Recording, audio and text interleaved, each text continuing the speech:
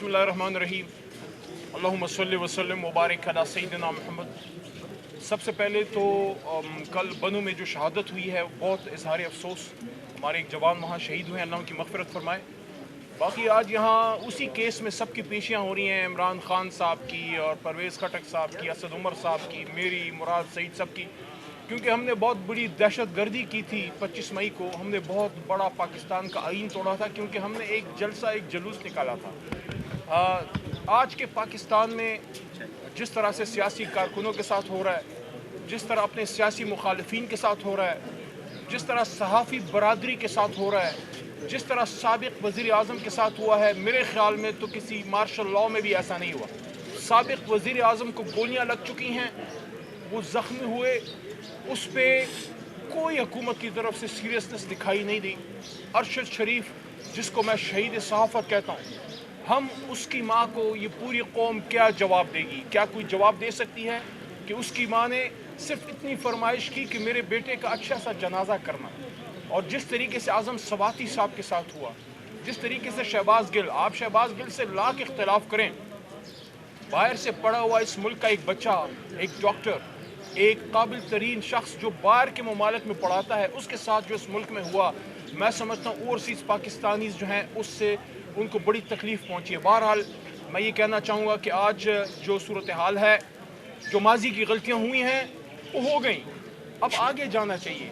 अब 12 करोड़ का सूबा है, सूबा पंजाब। क्या 12 करोड़ के सूबे में एक शख्स भी ऐसा नहीं है जिस पे हमें एतमाद हो? पूरा पंजाब भरा पड़ा है काबिल लोगों से। ऐसे ऐसे अफसरान हैं जो चटनी के साथ रोटी खाते हैं, लेकिन अपने बच्चों के जो है हराम का नवाला उनके हलक में नहीं डाला।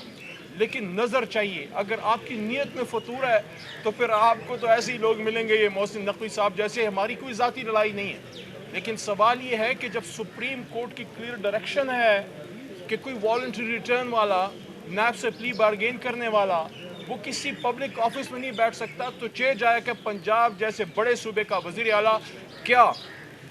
मेरा सवाल साफ़ी बरादरी की वसातत से, तमाम अरबाब इक़्तिदार से ये है और ज़िम्मेदार लोगों से भी, क्या इलेक्शन से पहले ये इलेक्शन को मुतनाज़ करने वाली बात नहीं है कि सबसे बड़ी जमात आज भी हमारी 2 इकाइयों में हुकूमत है, आज़ाद कश्मीर में, गिलगित बल्तिस्तान में, अभी हमने पंजाब असम्बली जो है डिज़ोल्व कराई है और खैबर पख्तूनख्वा असम्बली।